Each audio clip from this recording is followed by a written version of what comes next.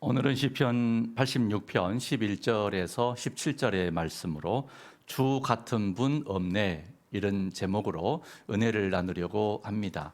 오늘 시편 86편의 시는 다윗의 시입니다. 그래서 다윗의 삶의 이야기를 오늘은 좀 이야기식 설교로 풀어가도록 하겠습니다. 성도 여러분, 하나님이 살아계심을 믿으십니까? 다윗은 어린 시절부터 노년에 이르기까지 변함없이 하나님은 나와 함께 계신다, 그런 믿음으로 살았던 인물입니다. 그래 다윗이 고백하기를 평생 내가 하나님 은혜 안에 살았는데 주 같은 분은 없으시다, 주 같은 분은 없네, 이렇게 고백하고 찬송한 것이죠. 여러분도 동의하십니까? 우리 한번 고백해 보십시다. 주 같은 분은 없으시다. 주 같은 분 없네.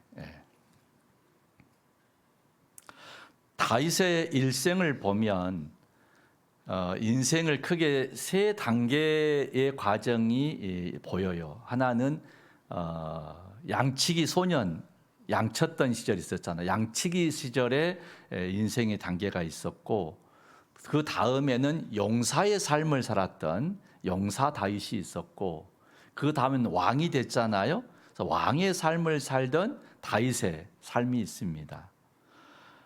그래서 다윗의 삶을 돌아보면 양치기의 삶을 살았던, 용사의 삶을 살았던, 왕의 삶을 살았던 변함없이 주 같으신 분은 없으시다, 이렇게 고백하면서 살았다라는 것입니다. 오늘 이 시편 86편의 시를 보면 8절에 이런 말씀이 나오거든요. 우리 같이 8절 한번 보시겠습니까? 주여, 신들 중에 주와 같은 자 없사오며 주의 행하심과 같은 일도 없나이다. 아멘. 여기 보면 주여 신들 중에라고 하는 말은 세상에 있는 사람들은 여러 신들을 섬기고 있다, 그런 말이잖아요. 일본에 가면, 일본은 굉장히 다신 사회죠. 많은 신들이 있더라고요. 일본에 처음 방문했을 때 느낀 인상이 그래요. 참 이 나라는 신도 많구나, 그런 인상이었습니다. 예를 들면 유명한 장보고는 바다의 신, 해신이라고 부르지 않습니까? 임진왜란을 일으킨 도요토미 히데요시는 전쟁을 일으킨 사람이긴 하지만 장사를 그렇게 잘했었대요, 젊어서. 그래서 장사의 신이라고 부른답니다. 또 그런가 하면 수많은 신들이 있는데 전쟁을 잘하는 신들을 또 군신이라 이렇게 불러요. 문제는 세계 2차 대전을 일으킨 전범 국가인데 이 전쟁에 죽은 사람들을 신사에 모시고 그 사람들을 전쟁의 신, 군신으로 섬긴다는 것입니다. 그래서 주변인 국들이 우려하고 전쟁의 원흉들, 전범들을 어떻게 신으로 추앙하고 모실 수 있느냐, 너희 그러면 안 된다 하고 신사 참배하지 말라고 하지 않습니까? 그런데 일본의 이런 신앙, 천황을 숭배했던 신앙 때문에 우리가 일제강점기 때에 신사 참배 문제로 주기철 목사님을 비롯해서 많은 신앙인들이 고초를 겪고 박해를 받고 옥에서 고문 속에 돌아가시기도 하시고, 이런 일이 참 많았죠. 여러분, 로마 시절에서도요, 2000년 전 로마 시절에서도 수많은 신들을 섬겼습니다. 그리스 신화에 나오면 얼마나 많은 신이 있어요? 로마 사회가 바로 그리스 신화를 따라 수많은 신을 섬기던 사회였거든요. 그런데 기독교는 오직 하나님 한 분만을 섬기는 유일신앙인 것이죠. 이것이 로마 사회에서는 기독교가 매우 불편한 존재였습니다. 오늘 성찬식을 하지만 우리가 그리스도의 몸, 그리스도의 보혈을 의미하는 떡과 포도주를 마시는 것을 오해해서 이 기독교인들은 야만인 중에 야만인이다, 사람을 먹는다, 이렇게 해가지고 얼마나 또 박해를 많이 했는지 모릅니다. 다윗의 시대에도 이처럼 수많은 신들이 있었습니다. 나라들마다 섬기는 신이 있었고 종족마다 섬기는 신들이 있었습니다. 가나안에서는 농사의 신이라 해가지고 참으로 바알신, 아세라신을 섬겼습니다. 모압은 몰렉이라는 신을 섬겼는데 인신 제사를 드리는 끔찍한 일을 자행했습니다. 애굽에서는 태양신을 섬겼고 나라와 종족들마다 수많은 신들이 있던 시대가 다윗의 시대입니다. 그런데 다윗은 이와 같은 모든 그런 신들은 우상일 뿐이고 오직 여호와 하나님 주밖에는 없으시다, 이렇게 고백한 것이죠. 우리도 이런 다윗의 신앙 고백을 배워야 하지 않겠습니까? 오늘날 우리 주변에도 수많은 우상 숭배와 수많은 이 미신들이 우리 주변을 에워싸고 있죠. 어떤 사람은 힘들고 어려우면 무당을 불러다가 구슬을 해야 된다라고 지금도 하지 않습니까? 점쟁이 불러다가 참으로 용한 점쟁이에게 자기의 미래를 묻지 않습니까? 그런가 하면 사주를 보고 토정비결을 보고 운세를 보고 하지 않습니까? 여러분, 그 예수님을 믿는 성도들은, 하나님 섬기는 성도들은 주 같은 분은 없으시다. 나는 주님 한 분이면은 충분하다. 이런 고백으로 살아야 할 줄로 믿습니다. 세상 사람들의 그런 유혹에 우리 참으로 성도님들은 한 분도 유혹받지 마시고 시험 들지 마시고 주님 한 분만으로 만족하는 그런 다윗과 같은 신앙 가지시기를 축원합니다. 다윗의 인생은 크게 세 단계로 볼 수 있다고 그랬죠. 우리도 마찬가지예요. 여러분, 초등학교 6학년 시절이 있었습니까? 돌아보면 그런 시절이 있었잖아요. 학창 시절이 있었고 또 직장에 다녔던 때가 있고 또 은퇴한 이후에 또 제2의 인생의 삶이 있고 여러 삶이 있듯이 다윗도 양치기의 삶이 있었습니다. 양치기 삶이라는 것은 다윗의 아버지 이새의 명령을 따라서 베들레헴 들에서 수많은 양을 돌보는 그런 일을 했던 거죠. 이 시기의 어려움이 뭐였겠어요? 가장 큰 것은 사나운 사자나 곰이나 참으로 늑대떼나 이런 것들이 양떼를 덮치니까 물리쳐내는 것입니다. 다윗은 평소에 물맷돌 연습을 잘 해가지고 물맷돌로 사나운 들짐승을 다 물리쳤다라고 말하고 있습니다. 목숨 걸고 자기 양떼를 지킨 거죠. 그런가 하면은 참으로 그 싸울 때마다 도우시는 하나님, 내가 저 사자와 싸워야 하는데 하나님 나에게 힘과 지혜를 주셔서 저 사자를 물리칠 수 있게 하여 주시옵소서. 그런 마음으로 순간 기도하지 않았겠어요? 저 무서운 곰과 내가 지금 싸워야 하는데 저 곰과 싸워서 내 양을 지킬 수 있게 하여 주시옵소서. 이렇게 수없는 목숨을 건 싸움을 속에서 사자를 물리쳐내고 곰을 물리쳐내고 늑대떼를 물리쳐낸 다윗이었다라는 거죠. 또 그런가 하면은 들에서 한적하게 적적하게 있을 때는 수금을 켜면서 찬송을 그렇게 많이 불렀습니다. 얼마나 찬송을 많이 불렀는지 다윗은 전문 음악가 수준으로 많은 시를 짓고 수금으로 찬양을 하고 주님 앞에 귀한 일을 참 많이 했습니다. 시편에 보면 다윗의 시가 많은 이유이기도 하죠. 지금도 전 세계의 그리스도인들이 가장 많이 암송하고 가장 찬송으로 많이 부르는 곡은 시편 23편이라고 합니다. 얼마나 다윗의 아름다운 시입니까? 놀라운 시잖아요. 감동을 주잖아요. 이처럼 다윗은 들에서 혼자 애롭게 쓸쓸하게 있을 때에는 수금을 켜면서 하나님을 찬송하는 생활을 했다는 것이죠. 그때마다 주 같은 분은 없으시다 이렇게 고백하고 살았던 것입니다. 다윗의 두 번째 인생은 용사의 삶을 살았던 것입니다. 어느 날 다윗이 아버지 이새의 심부름을 하게 됩니다. 지금 블레셋과 이스라엘이 전쟁에 나서 국경 지역에 대치하고 있는데 이 아버지가 전쟁에 나간 형들을 위해서 도시락을 가져다 주어라. 그래서 음식을 싸가지고 형들에게 갑니다. 전장터에 가보니까 블레셋에 골리앗이라는 장수가 있는데 키가 어마어마한 거예요. 참으로 얼마나 큰지 성인은 그 사람의 가슴팍밖에 오지 않아요. 얼마나 거인인지 몰라요. 장사입니다 아주. 그가 큰 소리로 외쳐요. 하나님을 모독하고 이스라엘의 왕을 저주하고 이스라엘 나라를 멸시하고 누구든지 나와 싸우자, 앞으로 나와라 하고 함성을 지르는데 아무도 나가 싸울 용사가 없었습니다. 이걸 보고 다윗이 참으로 형들의 만류를 뿌리치고 내가 저 하나님을 모욕하고 왕을 모욕하고 이 이스라엘 하나님의 백성을 모욕하는 저자를 가만두지 않으리라, 이렇게 외치면서 싸우겠다고 하는 것입니다. 여러분, 그래서 다윗이 나가 싸우잖아요. 그래서 어떻게 싸웁니까? 그 덩치가 큰 골리앗이 덤빌 때에 모두가 안 된다고, 너는 싸워서 안 된다고 말을 합니다. 여러분, 불황의 시기에도 잘 되는 사업은 잘 되더라고요. 골리앗 같은 불황을 만나도 하나님의 지혜 주시고 힘 주시면은 능히 불황을 이기고 내 삶을, 내 가정과 내 사업을 호황으로 바꾸게 될 줄로 믿습니다. 다윗의 전략은 뭐예요? 골리앗과 똑같이 칼을 들고 창을 들고 싸우면 질 수밖에 없죠.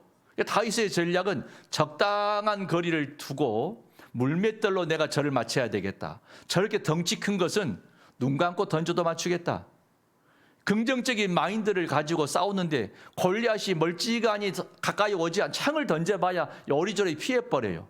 그리고 물맷돌을 던져가지고 골리앗의 이마에다가 돌멩이를 그냥 박아버립니다. 할렐루야. 그래가지고 골리앗이 쓰러지니까 쏜살같이 달려가서 골리앗의 칼을 뽑아가지고 그를 물리쳐버리고 그날에 이스라엘이 대승을 거두었다.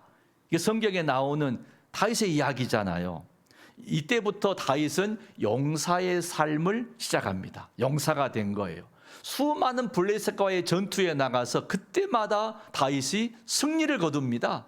그래서 이 나라에 이제 노래가 만들어지고 그 노래가 유행가가 퍼져가는데 어떻게 유행가가 되느냐 하면은 사울은 천천히요 다윗은 만만이라, 이렇게 아주 꼬마부터 모든 백성들이 이 노래를 부르고 다녀요. 예전에 그 싸이라는 가수가 오빠는 강남스타일 이거 하니까 온 나라 들썩들썩 했잖아요. 그때 제가 필리핀에 선교를 갔는데 그 선교지의 아이들이 그 싸이 노래를 부르면서 깡총깡총 뛰고 다니더라고요. 이야, 대단하다. 그런 것처럼 이 이스라엘 온 땅에 유행가가 퍼졌습니다. 사울은 천천히요 다윗은 만만이라, 이렇게 모든 사람이 이 노래를 부르니까 이 노래를 들은 사울 왕이 분노합니다. 내 왕위를 저러다가 다윗에게 빼앗기겠구나.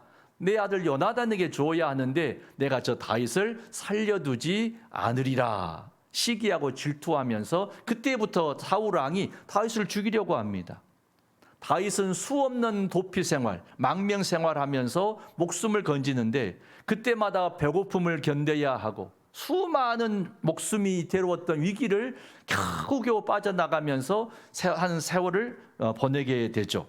이때 다윗을 따르는 용사들이 생기고 한 무리가 만들어지고 다윗을 따르는 하나의 그 용사들이 한 무리를 이루어요. 그런데 한 번은 사울 왕을 피해서 엔게디라고 하는 지역에 그 참으로 골짜기에 숨어들어 있었는데 그 지역민이 사울 왕에게 상금을 받으려고 고발을 해요. 그래가지고 사울 왕이 군대를 몰고 쏜살같이 몰려오는데 큰일이 났습니다. 협곡에 갇힌 거예요. 저 산 바위 모퉁이만 돌아오면 꼼짝없이 다윗은 갇혀가지고 이제 죽을 수밖에 없습니다. 그때 어떻게 하겠어요? 하나님, 살아계신 하나님, 나를 도와주시옵소서. 얼마나 간절하게 기도하지 않겠습니까? 그런데 기적이 일어났습니다. 할렐루야. 전령이 뛰어와가지고 말을 타고 급히 와가지고 왕이시여, 블레셋이 지금 수도를 향해서 공격해 오고 있습니다. 빨리 가야 수도를 지킬 수가 있습니다.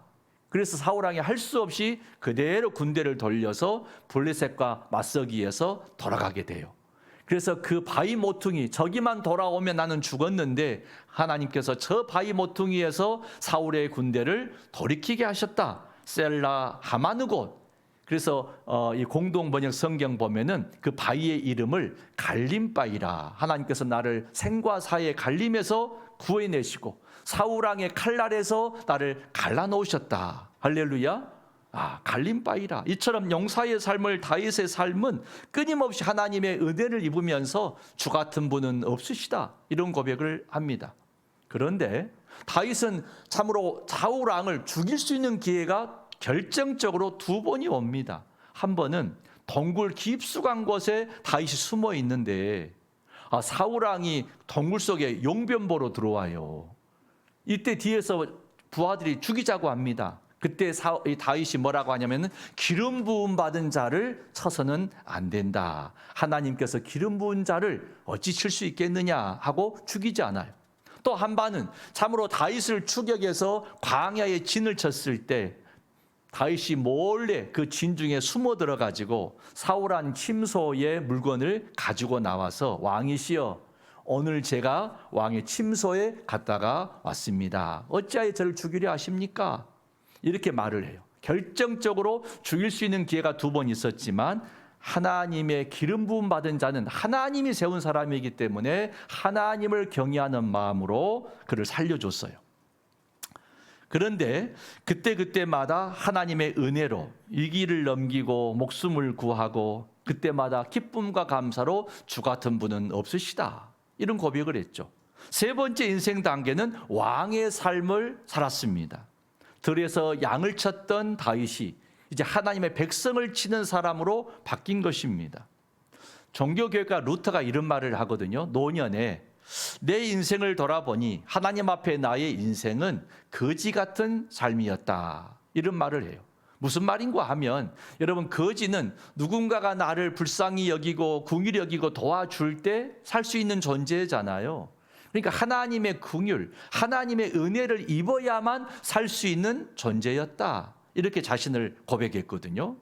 다윗도 그러했습니다. 다윗이 왕이 됐습니다. 어느 정도 왕이냐 하면은 다윗이 요압이란 장군을 통해 가지고 이 나라의 군대에 나올 만한 사람이 몇 명이냐 조사해 보니까 대략 130만 명이었습니다. 엄청난 거죠. 고대 사회에 130만의 대군이라는 것은 어마어마한 것입니다.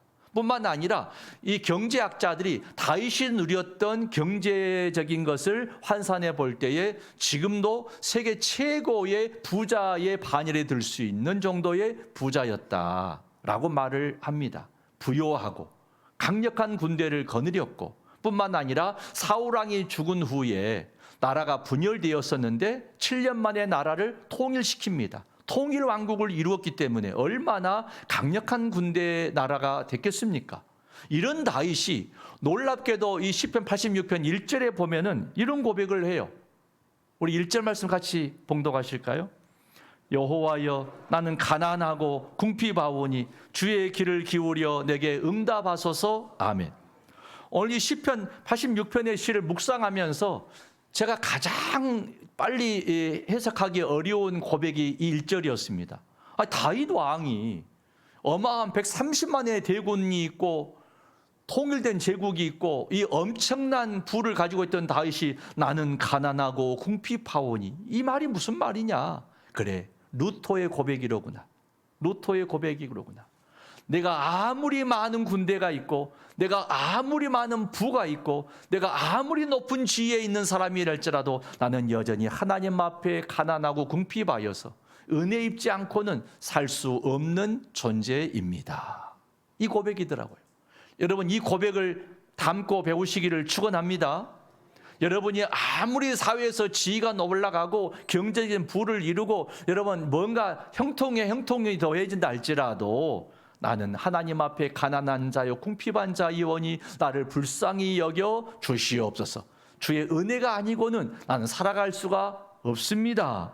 이것이 다윗의 위대한 고백이라는 것입니다. 그래서 이 점이 바로 다윗이 하나님 앞에 겸손한 사람이요 믿음의 사람이라는 것을 알 수 있습니다. 뿐만 아니라 용사의 시절에 다윗이 사울 왕의 생명을 2번 구해줍니다. 살려줍니다. 하나님께서 기름 부은 자를 쳐서는 안 된다. 하나님을 두려워하고 하나님을 하나님으로 인정해 드리는 신앙을 가졌는데 다윗도 왕위에 살아갈 때에 2번 결정적으로 죽을 수밖에 없었던 고비가 있었습니다. 한 번은 충성스러운 부하 우리야 장군의 아내를 참으로 취하고 그 우리야 그 부하를 무섭게 죽였던 일입니다. 나단 선지자의 책망을 듣고 죽어 마땅한 다윗이었는데 하나님의 은혜로 생명을 구하게 됩니다. 2번째는 그의 아들 압살롬이 반란을 일으켜요. 패망의 위기, 죽을 수밖에 없는 그 곤욕스러운 위기에서 하나님이 다시 한번 압살롬의 반란을 다 평정시키고 다윗을 구해 주십니다. 참으로 내가 환난의 때에, 시련의 때에, 고난의 때에도 하나님 말씀 붙들고 기도하고 신앙으로 살면 그것이 다음 단계의 삶에서 반드시 주의 은혜로 임하고 능력으로 임하고 은총으로 임한다는 사실을 다윗의 삶에서 배울 수가 있습니다. 더 나아가서 하나님의 기름 부은 자를 정귀하게 여겼던 다윗이었기 때문에 기름 부음 받은 자, 이 말이 히브리 말로는 메시아고 헬라어로는 그리스도잖아요. 바로 다윗이 자신도 기름 부음 받은 자가 됐고 더 나아가서 그의 후손 가운데 예수 그리스도 기름 부음 받은 자 메시아가 그의 가문 가운데 나오게 된 줄로 믿습니다. 이거야말로 가장 축복된 은혜가 아니었겠습니까? 다윗은 한마디로 하나님 앞에 수없는 주 같은 분은 없으시다 체험신앙으로 살았고 하나님의 말씀 붙들고 찬송하면서 그 말씀을 기준으로 살았고 그 마지막에는 주 같은 분은 없으시다. 자기의 영광, 자기의 이름, 자기의 업적, 자기 자랑은 다 내려버리고 하나님이 하셨습니다. 하나님만 남겨놓는 거예요. 여러분, 이게 다윗이 우리에게 주는 교훈입니다. 여러분, 체험신앙 가지시기를 축원합니다. 말씀의 기준으로 사시기를 바랍니다. 하나님의 은혜를 많이 누리시기를 축원합니다. 그리고 그 마지막에 세상과 나는 사라지고 하나님의 영광만 나타내시는 여러분 되시기를 바랍니다. 주 같으신 분은 없으시다. 다윗은 겸손하게 엎드려서 하나님만을 높이는 것을 수없이 볼 수가 있습니다. 그래서 시편 86편의 시는 위대한 시인 것입니다. 주 같은 분은 없으시다. 어느 정도로 그런 고백을 하느냐? 11절의 말씀, 본문의 11절 같이 봉독합니다. 여호와여 주의 도를 내게 가르치소서. 내가 주의 진리에 행하오리니 일심으로 주의 이름을 경외하게 하소서. 아멘. 이 일심으로 주의 이름을 경외하게 하소서, 이 말의 언어적인 풀이를 보면은 마음을 집중해서 하나로 집중해서 하나님만을 섬기게 하옵소서. 성도 여러분, 하나님과 세상과 짜가여 섬기지 마시기를 바랍니다. 하나님과 물질을 동시에 섬기고 하나님과 우상과 무당과 점쟁이와 그런 세상적인 것과 같이 동시에 섬기는 그런 믿음 다 버리시고 주 같은 분은 없으시다. 주만을 의지하고 주만을 바라보고 주님만 바라고 사는 그런 신앙으로 사시기를 축원합니다. 이게 다윗의 위대한 신앙이요 고백인 것이지요. 오늘 이 시대를 살아가는 여러분들도 인생의 어느 단계에 있든지 간에 또 지금 시련이나 환난이나 어려움이 여러분 가정에 있을지라도 여러분 이때에 다윗의 신앙을 본받아서 하나님 앞에 기도하고 주님만을 의지하고 살아가면은 다음 단계에 더 놀라운 축복이 예비되어 있고 은혜 입을 줄로 믿습니다. 할렐루야. 은혜로우신 아버지 하나님, 주 같은 분은 없으시다. 하나님만을 의지하며 주님만 높이는 다윗의 신앙을 우리가 배우게 하여 주시옵시고 하나님만을 자랑하게 하여 주시옵시고 일생 동안 우리 삶에 어떤 시련과 환난이 와도 주만 의지하고 사는 저희 모두가 되게 하여 주시옵소서. 예수님 이름으로 기도 올리옵나이다. 아멘.